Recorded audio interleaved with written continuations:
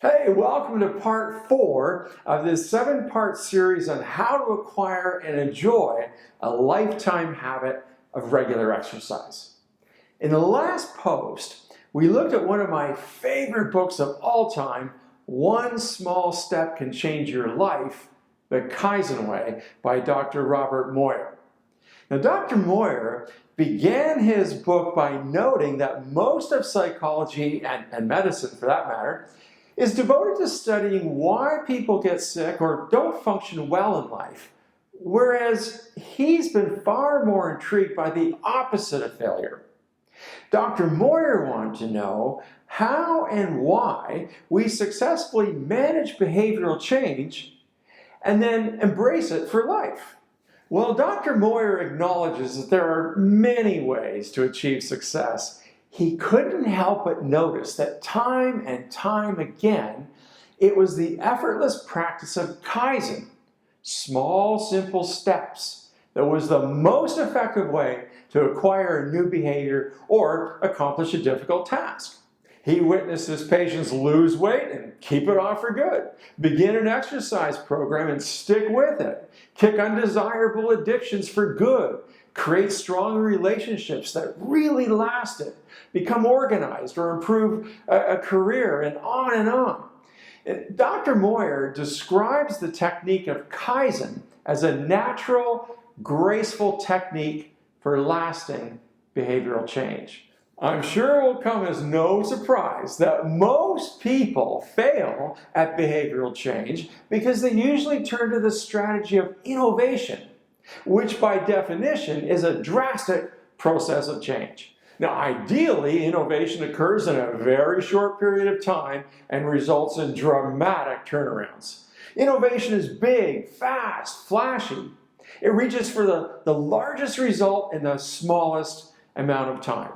For example, if Julie, the woman from our last post, if Julie wanted to apply innovation to her weight and sedentary problem, well, she might have taken on a rigorous exercise program, rearranged her schedule, coped with some serious muscle soreness, budgeted for some workout clothes, and really totally committed to her new program for those tough first few weeks or perhaps even months. Innovation is, of course, awesome when it works, but the fact is, it seldom does. Most people are crippled by the belief that innovation is the only path to change. We ignore a problem or challenge for as long as possible, and then, when we're forced by circumstances or duress, we attempt to make dramatic changes. But as is often the case, we've attempted far too much too quickly, and the inevitable failure and resulting pain and embarrassment can be devastating. And that's the problem with innovation.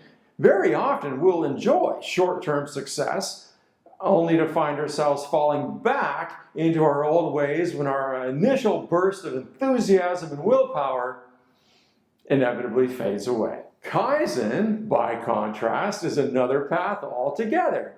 It winds and meanders so gently up the hill that we hardly notice the climb. It's pleasant to negotiate and soft to tread. All it requires is that we place one foot in front of the other. Kaizen and innovation are the two major strategies people use to create change. Where innovation demands shocking and radical reform, Kaizen asks that you take small, comfortable steps toward improvement. As Dr. Moyer noted, low-key change helps the human mind circumnavigate the fear that blocks success and creativity. In fact, people find that when they take slow, easy steps, their minds will actually develop desire for their new behavior, whether it's regular exercise, a weight loss program, or cleaning off their desks. People who use Kaizen to make behavioral change are invariably startled to discover that they've reached their goals with almost no conscious effort, because the steps were so small, it was almost impossible to fail. See, here's the thing. The steps may be small, but what we're reaching for is anything but. To commit our lives to honoring and maintaining our physical health, is a pretty major goal. If we attempt that goal through innovation, we can trigger some very powerful neurological resistance. Because any attempt to make behavioral change through radical or revolutionary means, like innovation, will almost always fail because it heightens the evolutionary survival mechanism of our natural fear of change. In fact, our fear of the unknown is why we irrationally put up with destructive relationships, jobs we hate, and poor health. Because we non-consciously prefer to put up with the devil we know than venture into the unknown. The fear of change is rooted in the brain's physiology. And when it takes hold, it can trigger skyrocketing levels of stress hormones that leave us emotionally and mentally paralyzed. The small steps of Kaizen, on the other hand, disarm the brain's fear response while actually stimulating rational thought and creative play. Change is frightening. This human fact is unavoidable, whether the change is seemingly insignificant or maybe even life-altering. Small actions, however, trick the brain into thinking, hey, this change is so small, it's no big deal.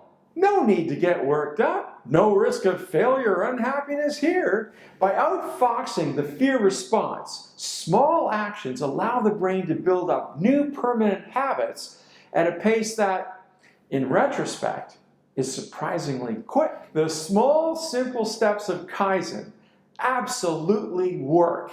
In fact, if done properly, we cannot fail. All that Kaizen requires is patience and trust, and if applied correctly, our minds will obey our heart's desire. And speaking from personal experience and from many years of observation in others, believe me, Kaizen works. It really works. In the next post, we'll look at another fascinating story about the life-changing power of not only incorporating the technique of Kaizen, but also the power of making a slight alteration in perspective towards fitness and health. Thanks for watching. I'll see you next time.